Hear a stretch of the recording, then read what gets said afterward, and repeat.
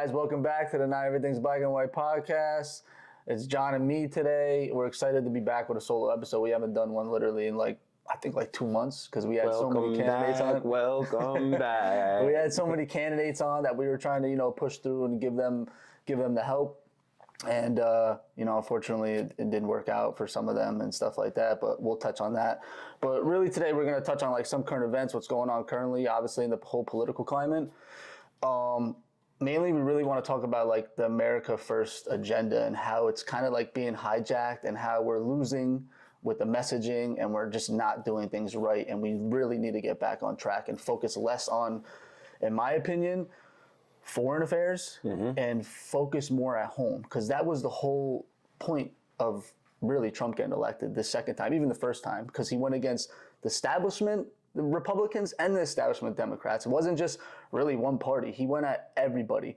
And we need to get back to that and not let those the neocons and the establishment Republicans kind of hijack this movement. I think that's what's kind of going on. Yeah, and I have maybe it's a hot take. So my take is, and I haven't heard anybody say it, Mamdani is the Democrat version of Trump. And that's what I fear, right? There's a lot of people that understand what something like that could do and this democratic socialist movement could do. But that's essentially what he is anti-establishment, right? And it's a different spot, right? It's a different end of the spectrum, but anti-establishment, and he's not supported by the party, right? Like the big guys, the big wigs. AOC was talking about him, but Chuck Schumer and Nancy Pelosi and a lot of the bigger Democrats in the party didn't necessarily put their hand on him to anoint him.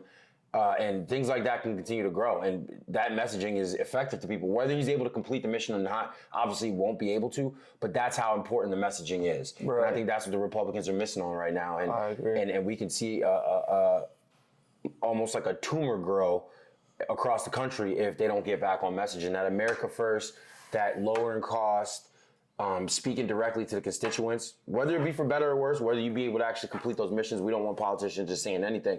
But I think the messaging in the Republican Party is starting to revert back to some of the things that people didn't like. The whole Make America Great Again, right? People forget MAGA, what it means. And that is America's first agenda. And that's what made it so successful. And if it continues on the trajectory that it is, my fear is that things like Mamdani grow. I mean, definitely. Even if he's able to complete 1% of what he says, that's going to grow like a cancer around the country. And I blame Republicans for that. Me too. I really do. Me too. Curtis Sewa was a great candidate, but they didn't really, I feel like they didn't put enough into his campaign. Later in the game, the fact that Curtis didn't win or to have a bigger push from voters let me know that they didn't do the right thing. Yeah. And I don't blame him. I just blame the party in general. And that's kind of what we saw in this last election. We were working with all these candidates, and I feel bad because the candidates that we had on were great. Their numbers looked great, but I think they just got swallowed up by bigger issues, some of the national stuff. National stuff, yeah. And that goes back to the Republican messaging and not sticking to the agenda, not addressing things quick enough. And I think a lot of the Israel stuff, people are pretty scorned about that. That's a big enough issue where people on the left and the right are kind of coming together, and the Republicans are missing an opportunity on that. Right. And I feel like both of them are, like you mentioned, like Mamdani's like a Trump. Yeah, he's like a Trump to me. He played the social media game. Yeah, he did it so good. The best. He did it so well. Podcast in New York City. He went everywhere. He talked to everybody. And these guys aren't doing it.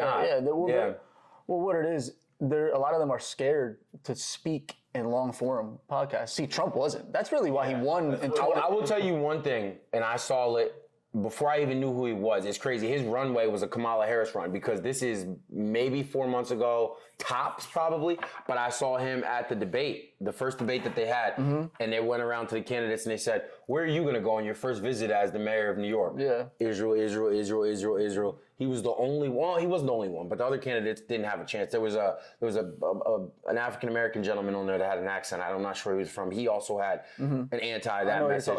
But he said, I'm going to go to the boroughs of New York and I'm going to visit. I said, he said, I'm going to stay right here. I literally thought he would one. Which maybe honestly, his policies are completely different. They completely differ from Trump's. But at the same time, he's speaking on kind of the same message where I'm going to stay here in New York and focus on New Yorkers. Cost of Trump's living. the pillars of MAGA, the pillars of America First was literally, we are going to pass bills and legislation that help Americans and put Americans first. That was the whole point. Okay, it was also no wars, no more funding regime changes, no more funding or war interventions. We don't do that anymore. Yep. You know what I mean? That was another one. The other one was the border, right? Stopping illegal immigration. We had the last administration, which Trump has done a great job on. Don't get me wrong. It's not that Trump, listen, we said this a long time ago. We're not like cult members of like the whole Trump thing. You know what I mean? Yeah. We do like him. We did support him for sure. But there are critiques to be made. Right, Yeah. for sure. So it's not that he's not doing anything, okay? He did secure the border, which he should honestly be applauded for because they lied to you for years and said, oh, we need a border bill. We need to do this. We went from 200,000 border crossings, okay? 200,000 border crossings. On average, the last 4 years under Biden, we've had zero in these last 3 months, zero. So that's a huge accomplishment, all right? He's doing things with tariffs that I love. RFK is doing things with health that I love. I did love the no tax on tips, no tax on overtime, which is going to help the middle class. So everyone's like, oh, he's only cutting taxes for the rich. That's a middle class, like, It's the biggest stamp. tax break. Yeah. Like, no matter what you have to say it as, it's the biggest tax break the middle class has ever gotten in modern history. So Right. whatever you want to layer it in underneath, well, this person got one, but you got one too, and it's the biggest one that you've ever Right. gotten, and it may be the biggest one you ever get again. Right. So that should be said. Right. So the rich got tax breaks, but everybody got tax breaks. Right. I also agree with the tariffs. And the tariffs have shown, they just did there was actually a report that just came out yesterday from the Federal Reserve. They did a study of over like 100, I think it was like 150 years of tariffs, like showing tariffs in the US and other countries. They don't hire inflation. Tariffs do not hire inflation. Yep. We've now seen the results of that, and they lied to you once again. The prices are going down.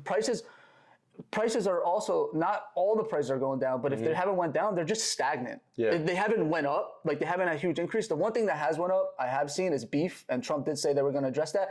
Now, will he not? I don't know, but he has a track record, at least in, when he was here in 2016. People seem to forget this. Pre-COVID, we were on the right track economically. People seem to forget that, okay? It was the first time in 50 years where CEOs, regular employees were making more than the CEOs and supervisors. It was the first time in 50 years. It was the first time in 50 years where inflation or wage growth was outpacing inflation. So like I said, he has a track record pre-COVID. Then COVID came around. Don't get me started on COVID. We've dove into that. But COVID came around and, it derailed a lot of what he had to do. They had to print a bunch of money. The debt went up, and we got to he has to get back on those type of things, which he was doing in his first term, but also, with the foreign policy stuff, I understand he wants to end wars. He wants to do all that. He definitely wanted a Nobel Peace Prize. He was definitely doing it a lot because of that, maybe a little bit egotistical, but I mean, sometimes with politics, that's a good thing because it means you're trying to do better. You know what I mean? You want to be looked at better. So that's a good thing. But much like Mamdani and his rise, the thing where I would compare the two is going against the grain, right? For different reasons on different genres of the same cataclysm or the same phenomena, I guess is the best way to say it. But what I want to see, and I think that's where Trump is losing the messaging, and I think the base is being splintered. When you have the uprise of people like Nick Fuentes and Tucker Carlson and Candace Owens, and they're garnering support and intrigue from both parties. What I think that does is I think it hurts Republicans, right? And whether you agree with them or you disagree with them, what I can say is it's going to have a lot of constituents turning their head the other way when it comes time to vote. And that's what we can see in the near future. The midterms really scare me if we don't get back to where we should be. Yes. I want Trump to go against the grain, right? I feel like he's gotten into this spot, and it's crazy because, as always, it's the same as his first presidency. They become more critical over him as he becomes more diplomatic, right? He's done a bunch of great things. Economy-wise, I'm not here to patronize you and sound like Fox News and tell you, prices are down, but prices are slightly down. And I know you don't feel maybe the relief from that yet, but statistically, prices are headed in a direction that I don't think they would be if Kamala Harris was in office. Your taxes and how that's going to go moving forward is in a better position It's than gonna if take Kamala time to Harris trickle would be in down. office. Yeah, it's gonna take right. time Like to you're gonna get tax break servers and people who live off tip for wages are going to feel that. So those are great things. However, I think the accountability part, right? The Epstein stuff, we've touched on that many times. Please review our episode of Epstein. I mean, I hate to say we told you so, right? The Monday morning quarterback, we basically nailed that. And I still think that it's being used as a leverage tool. Like only a small-minded person would think that Trump's involved, right? So then the question would be is, why are we in a position now where the files still aren't released? And Republicans are willing to let them go. I don't think they're trying hard enough. I think if they tried harder, we can get them out. I think once that's out on the table, that allows us to move on to be able to focus on more important things. The media's job, right? The reason we say don't watch the media, not only does it convolute your decision making, but it also is a distraction, right? Most of it is salacious TV made to entertain you. Right. And what that does is it turns people off, I think, a lot of times, but it pushes us away from the point where we need to be able to focus on the things that matter. It moves the goalpost to obscurity, and we're talking about the same old things. Epstein being solved is really important. And with so many things coming out, I think that allows us, the average American, to breathe, right, and to feel like there's accountability, and allows us to go back to focusing on things that really matter. And I will say this about Trump with Epstein. I do not think he's incriminated with Epstein. We did a 40-minute episode. It would be silly to think that. Yeah, they would have, listen, they literally changed the laws in New York to try to put this guy in jail for the rest of his life with 34 felonies. They literally changed the laws that year to try to put him in jail. If they had anything of any substantial evidence that incriminated him with Epstein, they would have leaked that a long, long time ago, and he would have been gone out of politics and probably in jail. Like, they tried to put him in jail. Now, I will say this, though. Trump and his administration have completely been a debacle and a failure on the messaging of the Epstein files. Absolutely. They've completely dropped the ball on it. The messaging has been horrible. Him saying it's a hoax. I think when he's saying it's a hoax, he's meaning the Democrats are using it as a hoax to hijack my administration and try to incriminate me. So say that way. Don't just say Democrat hoax. Yeah, that's so badly worded. It just looks so bad. Say this guy was a sick guy. He did a bunch of things probably with these people. I used to know him. I banned him from Mar-a-Lago, which he did before he was even arrested. I also did a deposition willingly, the only one that did. The lawyer of the accusers, Bradley, I can't remember his last name, literally said that Trump was the only guy that was willing to do a deposition and willingly without being subpoenaed against Epstein. And if you look it up, he even said in 2008 that that helped with like Epstein's conviction. So when you're looking at these emails that recently came out, which they're not the files, they're just Epstein's personal emails, which they've had for a long time, okay? They're leaking at a perfect time to try to grab your attention, of course, and get everyone infighting again, right? So in these emails, it showed that Epstein started to hate Trump. So he hated him. Why do you think he hated him? Because he banned him from Mar-a-Lago, and because he literally testified against him and helped him get, criminally convicted. So I just, the whole like trying to put Trump with Epstein like in an incriminating way just doesn't make any sense. When you look at it from a logical perspective, he but the allows messaging the is gap terrible. though, and that's the problem. Exactly, He speaks so directly, and that's so kind of bad. doubles back what I was saying. I think in this, I can speculate on why, but in an effort to be more diplomatic, right? And maybe it's legacy, and maybe it's wanting to tote the line, or maybe it's I won, right? And I'm comfortable now. I don't think he's speaking in a way. And he doesn't have to run again. Yeah, and he doesn't have to run again. Right. But what a better time than to say what you mean, right? Exactly. Hold the people that you need to hold accountable. You don't have to win over voters. You don't have to win over voters. You already be called a dictator and whatever the case may be. So it's a perfect time to directly address Epstein and not just push things to the side, because I think that's bad for even the base. And I really think obviously Democrats will take it and run with it. And they can create 1,000 news stories out of Epstein. There's nothing new being released, right? It's being released continuously, but it's just a different angle of the same story, where it's just enough piece to be inserted to make you, all right, it makes a good meme on Facebook. And it's a big part of it. I don't like the way they're addressing it. I think it can be addressed directly. And holding it over the public's head is just a bad look. And I definitely want to see more accountability. We talked about it a bunch of times. I think that needs to be done. It needs to be settled. And to be honest, I think Kash Patel's got to go. I don't know anybody that likes him. The left or right. And I liked there him needs to be some people, you're fired. That needs to happen. I even think Pam Bondi made to address her. Well, I wanted Matt Gaetz, and I don't know why that didn't happen. Now we kind of know, I think, why Matt Gaetz was treated the way he was. Now, in hindsight, it's like goes back to that, like, be mindful of the people that they try to smear. Right, exactly. When they try to... Listen to Matt Gaetz on his, I don't know, I think it's his podcast, or I've been seeing the clips of him. I haven't watched it. I think he has like a show. He has but he's talking about all the things that we're all talking about. And I was like, well, that's really interesting. And we know what happened to him, and he was booted out of there. But Yeah. Now we kind of know why. I feel like. Yeah. And They that's did a whole coming from smear somebody campaign. who supports the party dearly, right? Right. But we have to be honest. That's our job here at the podcast is to show and show a light on both sides. Yeah. And people like Nick Fuentes are going to become very popular. He's becoming mainstream. Whatever you want to think about him, whatever he says, he definitely says some crazy hyperbolic things. But regardless what you think, he's becoming mainstream now. He's taking a whole young generation of kids that are upset. They're looking at the way the country's going. They're looking at how when they come into the private sector, they're not going to be able to afford things. Housing crisis. I mean, the average home buyer right now is 50 years old.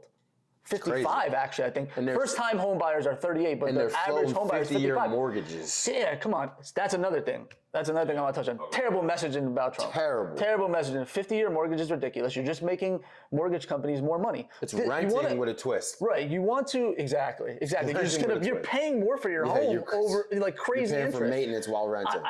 I probably the way he's looking at it is like, hey, I want to get affordability because it will make houses more affordability immediately for younger kids, yes. But the long run, you're trapping these people with a long-term mortgage. It's just not smart to push that issue at all. What you need to push is stop letting BlackRock and Vanguard buy up real estate on 0% interest, policy. and then take that. What they do is they take that and they jack up the rent prices. They make rent unaffordable, and then they also make housing unaffordable by doing that. That's what you need to do. That's how we get to affordability long term. He's looking at it as a short term solution. Yes, he's right. It would make it short term solution more affordable if you do a 50-year mortgage compared to a 30-year mortgage. Yes, but it's not a good solution in the long run. It's not. My problem is right, and this is a thing that people will love, right? The Democrats. If you're a Democrat, tune in. You're gonna love this message. My problem with Trump is he knows the same thing that I know. So what's causing this is two things. It's the supply. And they've a lot of times they've regulated in oblivion. Cost is higher. People don't have the money. There's a lot of reasons of why we're not getting more supply. 100%. And I think those can be addressed, and Trump knows the things that need to be addressed. It's granular to break that down, but essentially regulations and the way that they make things make it very difficult, especially in places like California and New York. The places that need it the most have all these environmental laws that were put into place that make it very difficult to build. Yeah. The Palisades fire being an example of that. People are having a tough time realizing, wow, the zoning is set up in a way we can't even rebuild some of these houses on the shoreline. Yeah. He knows that. Address that. The second part is what Rocco touched on, BlackRock, Vanguard. It's not only that they're buying it, right? It's not that they're just buying them and they're bidding and they're doing it in a fair way. They're buying these properties, and this is what they do. Shell Company buys a property. They buy a house that would have been feasible for you or me to buy, and they pay cash and they outbid you by $10,000, right? So a house that could go for $250 gets in the bidding war where everybody's trying to match to get to that line, and then by the end of it, we're at $400,000. They hold that house. They don't rent it at first. They sell it to a shell corporation for hire. Then they buy up enough pieces of property in that particular area where the housing market in that area becomes inflated for their interest, where they can rent at that cost, but every other house in that neighborhood, no changes, no equity being put into it, become increasingly more expensive. Right. So they're monopolized. Not only are they buying properties, but it's a strategic play where at some point, the trajectory we're on, it's not even going to be a good investment. We're almost there where it's like, in most places in the country, besides like the places that nobody want to live, really, if I'm being honest, it's almost not a good investment to buy a house. That's bad. Trump knows that. His party knows that. Yeah.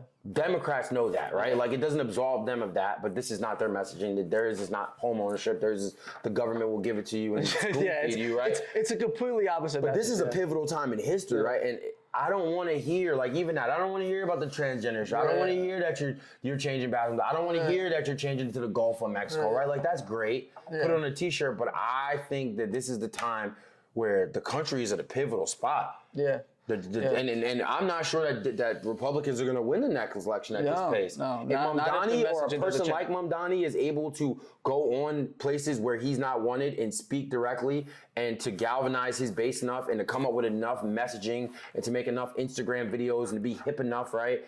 That's enough to win. He needs to be successful. If he tries 100 things and he completes 2 of them, that's going to be a cancer that spreads. And the reason why it's enough to win is because Mamdani, what he's doing, like you were saying, like they're on total opposite ends. Being like, a Democrat, you have the cultural favor in your. well, that too, but you're already with an advantage. Quick question. We got from George. He commented on the live. He said, Mike Jackson said it best. They don't care about us. They don't care about it. They don't care about us. Yo, you know I never knew about that. Yo, George, that's a good reference. George, what's going on, I never knew George? about that till recently. I said, oh my, which is a conversation for another day. Maybe we should address it though. Yeah. So Michael Jackson, if people don't know, go back and listen to the you got one more? Yeah, George wrote, the Federal Reserve doesn't want us talking about them. They want us fighting about abortion. exactly, 100%, George, 100%. You're 100% correct, but a lot of things that happened to Michael Jackson in hindsight make a lot more sense. Yeah. We're gonna have to have a whole episode on that. Yeah. But I dove down that rabbit how that hole. goes. Yeah. The ones that we can't talk about. Always be weary of groups of people that you cannot criticize. A wise man once told me. Yeah, and That's when also, you know who runs it. also always be critical of the people. Like we always say this, always be critical of the people that the media's smearing, because usually it's not the story they're telling. Yeah. It's usually all pure propaganda. Because what you got to realize, the media basically is the intel agencies. They just feed them talking points, and the media just regurgitates it. Mainstream media, I'm saying. That's why they hate podcasters. That's why they hate independent media, because they're uncontrollable. We could say whatever we want here. Whatever. Obviously, we're not big or anything, but we could still say whatever we want here. Nobody's telling us what to say. Nobody's telling us what to do. We could say whatever we want. We could feel however we want. We could have opinions. We give you facts. We give you context. That's what we try to do here. That's why it's called Not Everything's Black and White, right? We don't just feed you headlines. We try to give you the whole picture on everything we do. But I want to touch on Mandami. So the reason I think he won, number one, he's anti-establishment. Yep. Number two, people are so, people feel like they have no hope. Yep. Right? These younger generations coming up feel like they have no hope to succeed in this country on the trajectory that it's going on. So the way they feel, they hear he's going to give me this for free, he's going to give me that for free. I think they obviously do know nothing is free and it's coming from somebody to pay for it, but they don't care. I don't think they care. They don't care because they're saying it's not fair that my future has been hijacked by these politicians for the last 50 years that have done nothing that has helped American citizens. Nothing has helped American citizens over the last 50 years. So why not take this guy who's saying, screw it, we'll make those people pay for it. Yep. That's why the message resonated. That's why he, like you said, he's kind of like the Democratic Trump, but just a total opposite ideas and policies, things that I don't agree with personally. Same thing. I like his speech. The one thing he said, I think he said, there's no issue small enough for government or big enough for government to get involved. That's scary as hell. Super You scary. do not want government involved at all in your life. You want government involved as little as possible, okay? And I'm not like a libertarian or anything, because I do think, obviously I'm for cutting taxes, but I also think taxes are necessary in some instances, right? I'm not like zero taxes, you know what I mean? Taxes are necessary to help Americans, American citizens. I'm perfectly fine with that. But the problem is, our taxes do not go to American citizens ever to help American citizens. I want it on blockchain. It goes to whatever happened getting to that politicians. idea? It goes. They were going to be on the blockchain, and we're going to be able to see forensic see where it was all going. Like, that was the whatever Doge happened to idea. We were another going to problem. see everything. Oh, it's going here. It's going to this, and this. That's what we need. Yeah. We need transparency. That's what we voted for. Transparency. We get apps. Right? We get this. We get that. We get all different kind of things. We get new things in sports. We get every single thing, but somehow we don't know where the money's going with our politicians. You go to government Your money, website and it looks like it's like a high schooler made. Mind you, Right? I want it was a web to page explain design it in college. Yeah, I want to explain this to you guys. It's your money. Yes. Like the government has no money without taking your money. Yeah. So we want to know what you're doing with our money. We're tired of it going to assistance. I always laugh. Like it's like that. You mean neighbor assistance? We should call a spade a spade. You're taking money from somebody else and giving it to somebody else. That's all they do when they're redistributing it. They don't make any wealth, and somehow they all get richer, right? Yeah. While your life is getting harder and harder and harder. It's not right. We need more transparency with that. And there's a wave coming along, right? Mamdani is a cataclysm of it, but it's a wave of people that are going to tell you that the government getting bigger, right? It's going to undo everything that's been done at the beginning portion. The worst Even solution. as part of the settlement with reopening the government, they caved in on rehiring a lot of those workers with backpack.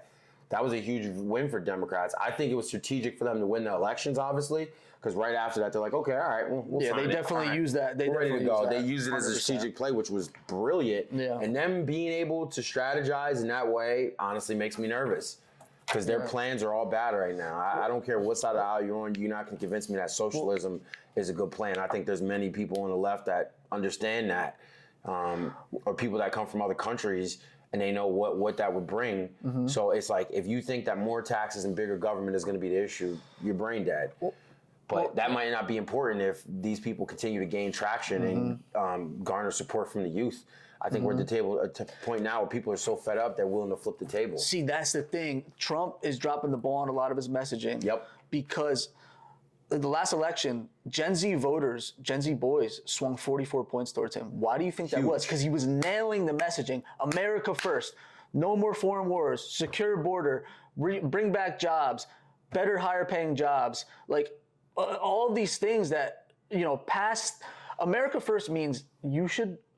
Everything we pass in Congress and as a president should be for American citizens' benefit. We haven't had that in like 60 years, guys. That's why Trump won in 2016. That's why he probably won in 2020. That's why he won in 2024. Okay? That's why, because his messaging resonated. And now he's in here, and I'm not saying he's not doing a lot of those things. I think he is trying to do those things. I think it's Congress isn't codifying a lot of those things as well. And the reason why Congress, this is another thing I want to say, the establishment Republicans are deep embedded on hoping Trump fails too. That's what a lot of you don't realize. He's still going against establishment Republicans and the Democrats. So it's like he has like maybe 20% of Congress that actually wants to push these things through. Correct. You know what I mean? That he wants to pass. So I get what when he's trying to, like, for instance, when he endorses someone like Lindsey Graham, because maybe Lindsey Graham will vote for him, which we got to touch on this real quick. Lindsey Graham is a bozo. Lindsey Graham I hope he loses his primary, and I hope he loses to the guy that's running against him. But the fact that Trump is taking the side of Lindsey Graham over Marjorie Taylor Greene and Thomas Massey is a terrible message. Once again, terrible message. He's losing the messaging. It's not that he's not trying to implement the policies that we want, but the messaging has been so bad that people are looking at this like, dude, what are you doing? Yeah, Lindsey Graham is an obvious war hawk. Lindsey Graham is one of those people you listen to talk. Even if you know nothing about politics, you can feel the griminess spewing off of him.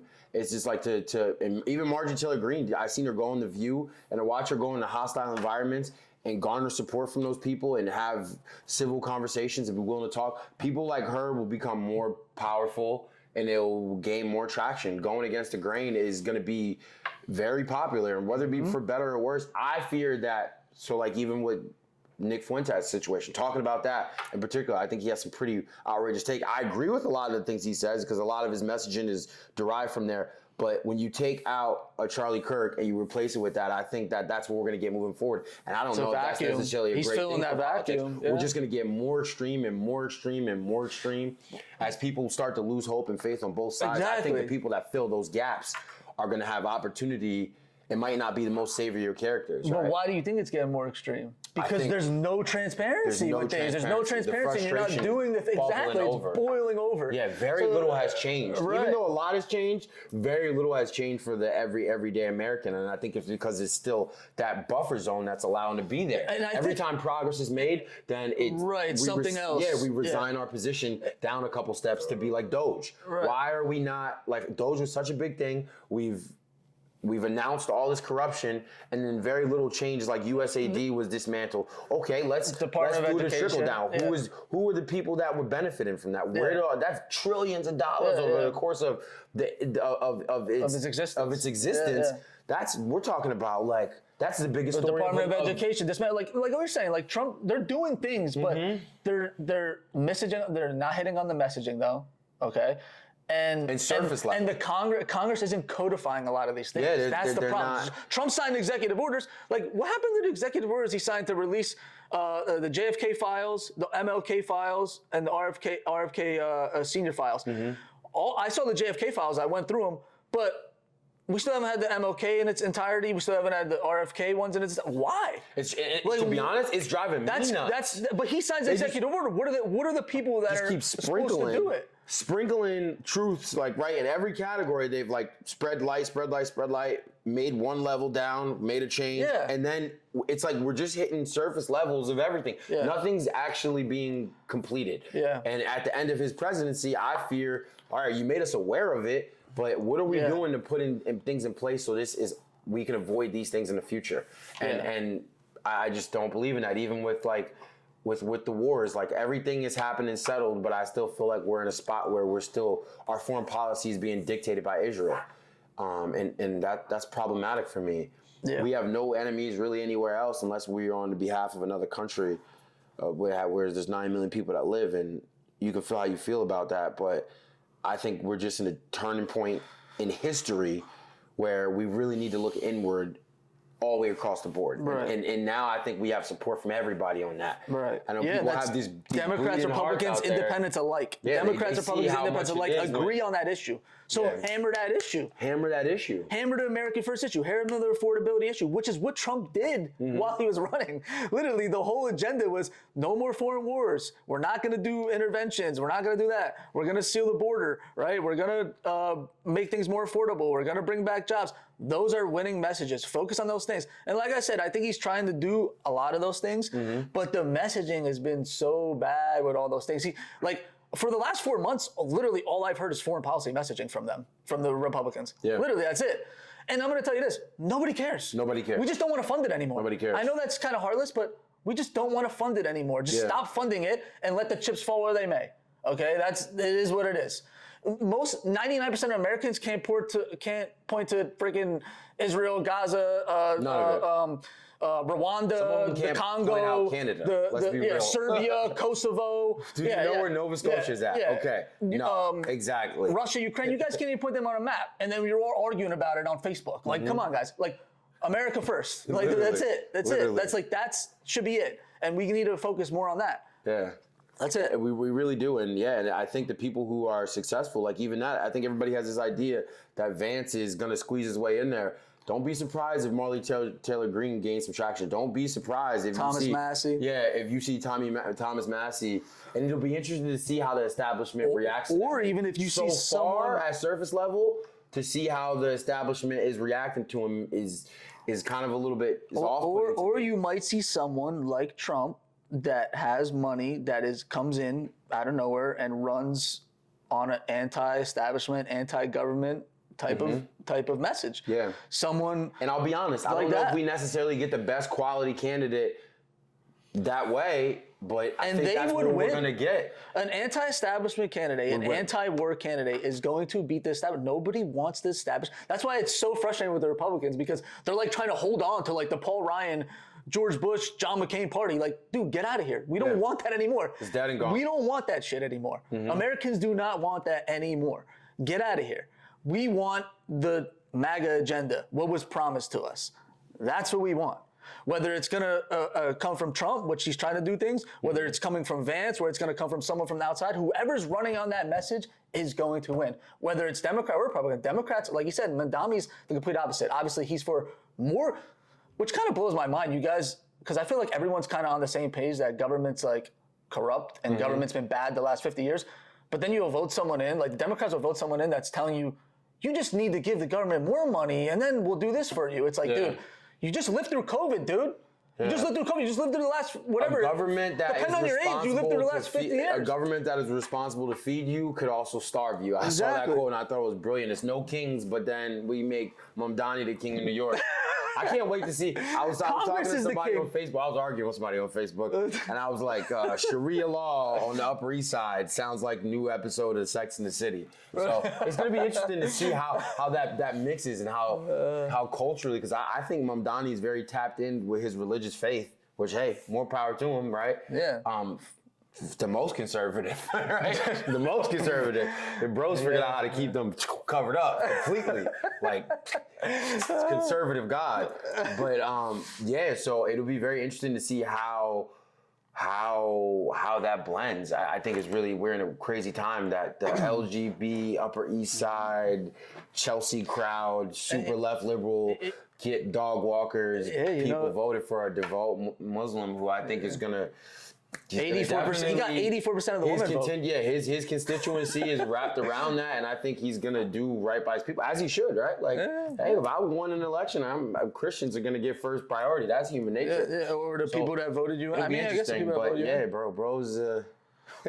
Hopefully, when next time I go to New York, I see a little less skin. It's just gonna be very interesting to see some of these influencers cover up a little bit. It'll be a nice change, regardless, even if it looks like the middle of India and that bad boy. So it'd be very interesting. I want to touch a little bit on those Epstein emails that came out. I did like a little video on it, kind of debunking all that stuff. It was real convenient that the Democrats, the Oversight Committee, leaked. They redacted the name where it said Epstein said Trump spent hours with victim. They redacted her name. Well, the name was Virginia Joffrey. Well, look what happened with the BBC. Like, if people aren't waking up yet, it's just like, I don't know how that's not exhausting for people to get like some. They fake literally version edit of out news. the January. I used to give 6th. people credit, but now at this point, I'm convinced people just like. They just seek out that kind of information. Like, it's not frustrating. Like, if I hear something good or bad or favorable, regardless if it is for the Republican Party, I do a little bit of research, right? Like, outside of my little chamber and go to the side to, like, make sure I'm not looking dumb. I just think we're in the era of, like, anybody who believes Trump, like, Trump's a pedophile, he's with Epstein, and that's ridiculous because it would have been released prior. And we could also look and see, like, the night of the Charlie Kirk assassination, obviously nobody knows because that completely took precedent, but they voted on it to release the files, and almost every single Democrat voted no, and almost every single Republican voted yes. That's the thing. So that's the way it went. That's the reality of it. So you can read your salacious stories where Trump is involved, and Trump. They don't want to release. Tie was found at. They don't want to release either. And they don't want to. None of them do. Release. It's just a talking point to get you to hate Trump. Let's think about Diddy parties. Let's think about any of those Hollywood elite parties. How many Midwest Republicans do you think are at these parties? Look at the biggest donors of the Democratic Party, or even the establishment Party in the last year. Harvey Weinstein. Hollywood elite. Harvey Weinstein. That's a liberal game. I'm not saying that there's not some right-wing people that may be involved, but the per capita, when it comes to the Epstein files being released, who do we think were there, right? Who do we think was hanging out with George Clooney and Tom Hanks? He was one of their biggest donors. They weren't hanging out. They weren't hanging out with Ted Cruz, right? Like, it's not like they were hanging out with Marco Rubio. That was, I don't know.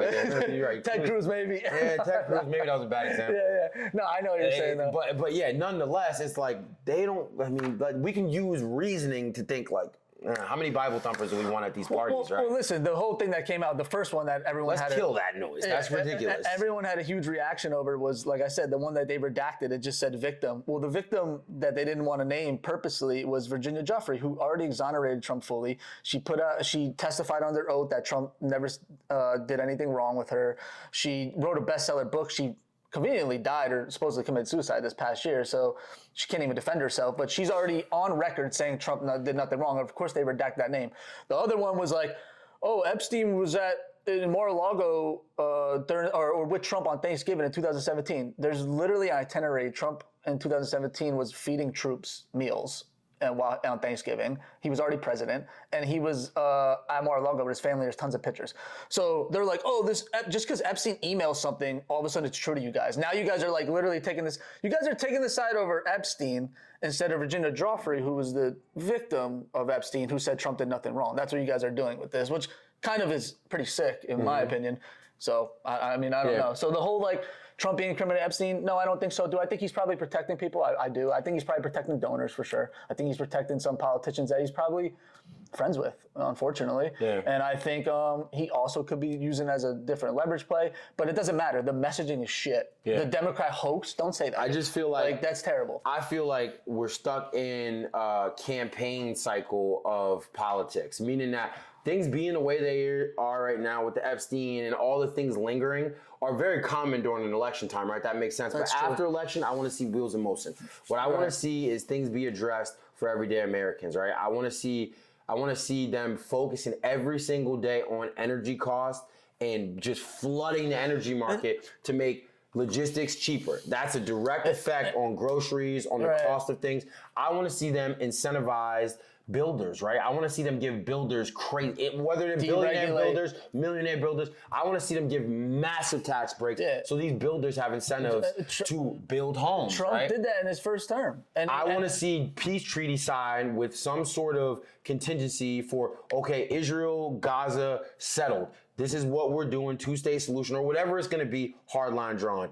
Ukraine, same thing. These things could all be accomplished. The chips are all, what we say goes. There's no, we're always in this spot where I think in the media does a great job at that. And they've convinced a whole generation of kids and people in general to hate their country. I think we need to get back to realizing that we are the big dogs. It'll always be that way. Or it won't be if we continue on this trajectory. It won't be if we continue being on the trajectory. You're right. Like when it comes to a lot of things, still people are giving up. People are really giving up. Yeah. Mamdani is a cataclysm of things that I think is going to continue to happen. I'm horrified by that because there was a lot of good people who lost their races at the local, like the lady in Virginia. She was great. Sears, she was awesome. We had some candidates that we had on that were amazing, right? And the audience took to them, but they just got lost and drowned in people who won, That's who a didn't failure. even show up, who didn't even run campaigns. Our local candidates lost against people who didn't run campaigns. Yeah. Let that sink in. People literally voted Just in the blew blind, no matter who, and they pulled the trigger. That tells you that there's something wrong. You could have not maybe liked our candidates, but at least you got to hear them speak. We couldn't have been all of them. And that happened across the whole country. Democrats didn't even run, and we kept talking about it. But the candidates like, are you seeing anything? Like they did a little smeared campaign at the end, trying to flank on some things, but they didn't run a campaign. That's scary that you're running campaigns where people aren't even running campaigns. I'll call him out by name. Josh Siegel, who won county executive here, literally said on a post that he basically, like Charlie Kirk deserved to die. He basically said Charlie Kirk deserved to die, for his messaging. And then doubled down on it. And then doubled down on it and won the election. Do I think Democrats agree with that? No, I think that they just didn't pay attention and they got caught up in, we hate Trump, we're going to vote blue no matter who. And that's a failure of the Republican Party, though, the Republican messaging and the Republican establishment. They didn't do enough they should have took over that messaging. First of all, you don't even want local candidates like school board or like the judge that we haunt on. To be political. To be political. It's just it shouldn't even be political. But they got the brunt of that hit. And it's not right that they got that. The big Republican Party should have took over that brunt and cleared that messaging and helped with that messaging so they didn't get annihilated. We're just always playing defense instead of offense. Like, I mean, I can speak for the candidates that we had on locally. There were people who had experience in high finance and money management and budget management, and they lost to stay-at-home dads. Right? And there's nothing wrong with being a stay-at-home dad. No. But when it comes to managing a budget, right? It's like he's not even managing the household budget. That's like my example of the one where it's like, what are we doing here? The Allentown mayor is a weirdo. Everybody thinks he's a weird guy. Matt Turk, nice enough, but he's a weird guy. He's putting machines with Narcan on the block outside of a church and just making. It was like the You guys are voting for that. And he won, right? Yeah. He goes around, he's at the bars every night. Why did they he's win? out every night at the bars winning elections. That's crazy. If I did that, imagine. Yeah. If you go on TV publicly and say, oh, this person should die for their political views, that should disqualify you by default. I'm not about cancel culture, but it's like, what are we doing here, folks? Yeah. And why did they win? Because their messaging was better. Their messaging, I'm talking about the big Democratic Party. Their messaging was affordability. They took Trump's message. Mamdani took Trump's message basically, but said the government's going to do it all for you, which is not what we want. Instead of the self-empowerment route, but it's essentially that's and what I want to did. touch on this. Jay Jones ran for Attorney General of Virginia. This guy literally was caught in Texas saying he hoped Republicans died, that he hoped that their kids that he would piss on the graves of the kids, and that he wanted the wife to die and they breed little fascists. He was talking about a Republican colleague of his. That's literally and he won the election. He won. So I don't think Democrats all think like that. Of course not. What I think it is it wasn't even reported widely, number one. And number two, the Democratic messaging was better than the big party Republican messaging. Better, yeah. And that's why they lost. It's way better. That's it. And they voted blue no matter who as well, which a lot of them do too. You know what I mean? Unfortunately, they don't look into their candidates. Like you said, we had a bunch of candidates on. The candidates they ran against weren't even talking. Yeah, They were hiding because there's things that can be directly addressed, like quickly and in a way where if Democrats do deny it, then it really makes them look bad. And Republicans, the first, I would say 3 months, did a great job at that. Like Doge was super popular with everybody. Yeah. Their first wave, The first 4 months was when people were like, "Oh, okay, that's all what we need to right, get like, back we to. can handle it." Like, Yes. okay, having a country involves sovereignty. Like that was a winnable message. That Facts. first Yep. 60 days to 90 days was masterful. The first, like, and 4 then months, we went right back to that foreign campaign bullshit. cycle. Foreign where there was bullshit. No forward motion, and it was No just, transparency. it's just the same thing, right? And it's a exactly. bad look for us. It puts us on the defensive, and we need to get back there. Like Right. BlackRock should not be able to buy single-family homes. That can be addressed through policy immediately. Yeah. Right? There's so many quick things that can be done to satisfy everybody, right, and make life better. That should be the goal. It's not to like win elections, and that's why I have a problem with Democrats. My main thing is I don't disagree with all of them. Like listen to Fetterman. I've been listening to him lately. There's some Democrats that I like what they have to say, and like we talk about Tulsi Gabbard and RFK. I mean, traditionally RFK to me is he's still a Democrat. Tulsi literally when she real ran in close to the 16, middle. Tulsi when she ran in 16, But the thing, as a Democrat, I would have. The thing that I give them though is their messaging is on point, right? And the Republicans lose that part every single time, and they are not willing to make the changes quickly enough, I think, and when that automatically gives me an establishment vibe. People are very on edge. We're more awake now. We have access to more data than ever. The expansion of podcasts and there being so much information readily available. It's almost like information overload. But now is the time where you can speak directly to your constituents, get a message back, and make it happen. And for that to not be happening, us to be going months and months and months, drowning in Epstein and nonsense. Is problematic for me because there's things that can be done for relief right now, currently. Right.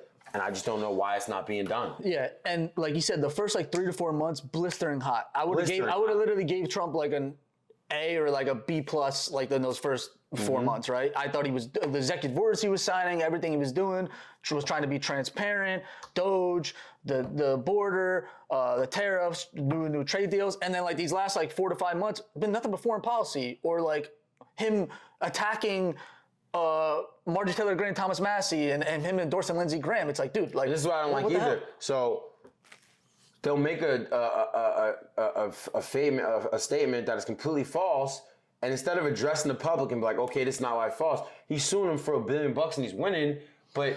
Like to me, it's like no, that's not what we want. We don't want the Fox News headline. You just want another lawsuit for defamation for $1 billion. Yeah. I want to see you come on TV and address it directly as the president and give peace of mind to the public. And I'm really concerned. Post-Trump, the Republicans do not have a big of a wave. We were talking, and I will include myself in that. I was talking to people slapping hands, spiking the football when we won. I'm like, Democrats are not going to win an election for the next 20 years. Yeah. I was wrong. That's not true. Well, because the messaging, though. Yeah, that's not true. At this pace, there's going to be a blowout in the other direction. At this pace, I don't think J.D. Vance is there's a stain on him now that the Peter Thiel, Palantir conversation has been had by the left and the right, and people are aware of his trajectory and how he got there, and that's starting to become into question. I like JD a lot. He's a great speaker. I do too. But unfortunately, we are in an era where it's an information overload. People have a short-term memory. If that back end from now to the next 3.5 years, or when we get to that spot in 2 years, 2.5 years, when those campaign flows start to go out, if Republicans do not make a stark contrast of what the Democrats are presenting, and if they don't have things where you can statistically look at, right? Like we don't want the GDP growth. We don't want any of that, even with addressing with tariffs. Okay, tariffs happen. You said there will be a surplus. That surplus should be dispersed.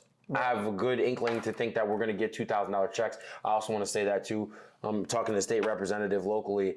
The $2,000 stimulus, I don't know if we call it stimulus, but the tariff package will be going out, and I think Republicans are going to have to do that. And I think that they should carve out enough space to do that. Yeah. Let's cut down some of those payments to Israel. Let's stop sending other people money. Let's be forensic with our accountant and let's actually make the changes that were promised. Cut government employees that are There was doing supposed to anything. be a Doge dividend given out. Yeah. If we cut as much money as we did, and granted, I don't want to see us live in a welfare state, and we are Republicans, right, and we are conservative. We talk about not living in a state where the government is giving handouts, but I think that they probably owe that to us, to be honest, and I think people can use the relief. I don't want to see programs like SNAP be abused, but you know what? I'd rather see SNAP see the money than the money go outside the country, right? I'd rather see it go to American SNAP than it go to citizens. bombs in Ukraine. If SNAP is going to American citizens, which a lot of times it So, isn't, right, though, like- as well, that's another thing that I did a whole video on, that Yeah. SNAP isn't just going to American citizens. So if it's going to American citizens, I'm all for it. We're all for it. Yeah, I'm all for helping American citizens. I think, Even with voting, it needs to be addressed that you don't show ID everywhere. Yeah, that's I know maybe ridiculous. that's not popular. Maybe that feels like no kings. Maybe that feels like a dictator. But what's the there's enough people with a counter-argument? brain, right? Bro. Like you need an ID for everything. No, you need an ID what's- for everything. the only counter argument is that they're trying to cheat. Like, They're trying to what's cheat. the argument that you can make why you wouldn't need Well, ID they to said vote? that it's indigent and people are indigent and people don't have the ability to get. To be honest with you, if I'm being honest with you, and I hope this is an agreeable point, if you can't muster up enough energy to go have get an a ID, driver's license, you shouldn't even cannot vote. You shouldn't. I agree. I agree vote. wholeheartedly. Shouldn't vote, brother. Like, that's what I'm saying. The argument is it's discrimination or something. There's no argument to make that you shouldn't have to show ID to vote. Yeah. These are the same people that want you to have a vaccine card to go anywhere. Yeah, to go there's to- so to many go to things work. that we spoke It's a about joke. today. That one being one of the ones that just dawned upon me. Like that's one that needs to be addressed because even that, I would like to see some of these, it's like Minnesota. I would like to see some of these places in the way the votes are being presented and who's voting. Yeah. There's been enough stories, right? And all it takes is one, but there's enough stories out there where we can agree that there is voter fraud going on. And how is that not being addressed? The integrity of elections is like, that's where it starts. And that's one of those things where once Trump is gone, Yeah. right, and there's no wolf in there to come in and clear out the place, what's going to happen for our future Yeah. as a Republican Party? Right. One thing I will say about JD, I do like JD, number one. Number two, I like that JD has the endorsements of actually the people that are kind of like Trump's attacking right now, like Massey and Marjorie Taylor Greene and Tucker Carlson and people like that. So that makes me feel a little bit better because those people know him obviously better than I do. I mean, you could point the Peter Thiel thing and the Palantir thing is a little bit red flag, but I've heard him actually like dissect that and go down that. And I stuff agree. like that. I fear that the messaging is going to outweigh. Yeah. And that wave of those people, they're all good speakers, and it's so sensationalized. And it's, to be honest, it's taking a little bit of a book out the Democrat. Like even Candace Owens, I was listening to her on the Charlie Kirk thing, and I was with her. But if I'm being honest, she never really finishes anything. But you don't need to finish sometimes. Just opening up that can and continue to open up that can. Yeah. And people wafting it with their aroma, I think it's enough to get people off of the trail. Definitely. And I'm I concerned agree for with that. JD and being able to be a viable candidate in the next election. I could easily see in somebody like Marjorie Taylor Greene, or I mean, as crazy as it may seem, I think Fuentes is going to really, when he gets an opportunity, when he's old enough, is going to really make a run. Or even seeing a candidate that is resemblance of that. That's somebody who, maybe if they don't believe in it, but they're going to be like, you know what, that's looking pretty working. effective. Yeah. It's working. That's where we're at. That's where we're at in politics, unfortunately. Yeah. We've allowed the media and the politicians in general to get away with that. The reason why we've gotten to that point, though, is like we said, the establishment Republican is still trying to hijack the Make America Great Again movement. That's literally what's happening. However you want to paint it, that's what's happening. There's still a deep connection to the corporate. You got 70% of Congress are together. They're establishment. Like, I'm talking about Republicans and Democrats, or maybe even 80%. You probably got 20% of people that actually want to pass things and codify things that the Trump agenda was talking about for these last 10 years. Trump's been running for 10 years. He's been talking about these issues for 10 years. And like I said, pre-COVID, we were on the right track. Yep, and everybody else is just trying to win elections. That's the problem I have with it. It's just a race to the next election. It's like the fact that Gavin Newsom is being in a conversation. Like, you can't go from county level, right? Then the state level. And fail everywhere miserably and have no statistics that went in the right direction and then be in the conversation. That is crazy. That's my biggest problem with Imagine establishment. that in real life. There's nowhere where you can do that. There's nowhere where you can do bad, and get raises and increases and get more support. Think about it like that. Cut out everything else and just think about it at face value. That's why the anti-establishment candidate's going to win for moving forward, because people are looking at this. People are looking at these people have been in office for 20, 30, 40 years, and everything has got worse for American citizens. Everything. By every It's gonna be trajectory. Rudy, But then all of you guys want to blame Rudy, Trump. Rudy. It's like, makes no sense. Yeah, exactly. Yeah. It's gonna get to the point where people would they just want to see anybody who is against the grain. I mean, the underdog story is a story as old as time. Yeah, yeah. We're gonna get Rudy. We're gonna get a Bobby Boucher in there. At any means necessary. Somebody who's maybe not the smartest, but they're gonna run through the establishment. You know what I mean? So on that note, And we want to buck the system, right? One more thing to talk Yeah. about. One of the hottest things in the news last week. Touch on Pelosi. Pelosi. What's What going about- on with Pelosi? I didn't Update see. me. She retired. Oh, she's retiring. I mean, that's It's good. about That's time, good for right? Americans. Yeah, that's Nancy Pelosi. Oh my lord. I It's think like, I think anyone. First of all, I think there should be term limits in Congress. I mean, she's drunk every single time.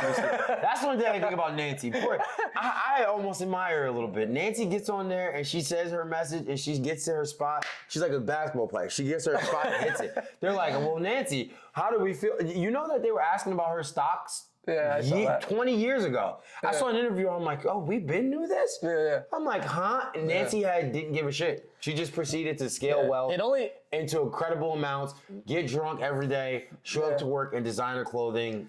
Nancy, we applaud you. This is one thing, and the thing is, like I'm a you big said, fan. like you said, they were talking about 20 years ago, but nobody knew. I didn't even know. This is one thing that Trump is really great at, and this is why I think the Republicans are going to fail when he leaves. He's an instrument, dude. He's great at like picking something. And then everybody talks about it. Like he'll be like, "Well, Nancy Pelosi made millions of dollars. Look at her husband's stock." Like nobody was paying attention to a lot of this stuff that Trump was saying. How the establishment was corrupt. How this was corrupt. That was corrupt. How all these people were doing all this. So when the Republican Party loses Trump, and Trump's not like the leader of the messaging, even though I think he's been bad with messaging lately, when he's not there, it's going to be a vacuum. And like you said, you might see someone like Fuentes, or you might see someone like you're gonna see some someone crazy like person that I comes almost in and just guarantee it. I people almost guarantee cling it. to because they lost hope in the system. That's what's really happened. We've lost hope. Americans have lost And hope. what it is in the government Trump's system. changed the landscape of politics, and I don't know if it'll ever go back, but No, it's a it lot more shouldn't. sensationalized. It's a lot shouldn't. different. It's a lot more transparent. It's Yeah. got a lot more people involved. For sure. And social media and tools like that are also responsible. He was the for that, greatest right? instrument ever. We needed But it's him. different now, and it'll never go back. Yeah. So we're in an era now where there's so many people paying attention. There's so many people participating. There's so many different opinions, and people are going to gravitate to whoever has the best messaging. Right. Like you could say all you it. want about Trump. It's I don't messaging. you could say all you want about Trump. I don't agree with him on everything, but he's literally the greatest instrument politics has ever had. So, He's yeah. gotten so many people's eyes to it. So many people are more involved. Politics is involved in almost And that's not everything we do debatable. now. Like it's George he's- Washington didn't have this much support, right? I can't think of anybody, right? Like he was an instrument that we needed to try to buck the establishment, regardless if he exceeds on everything that he intended on succeeding with.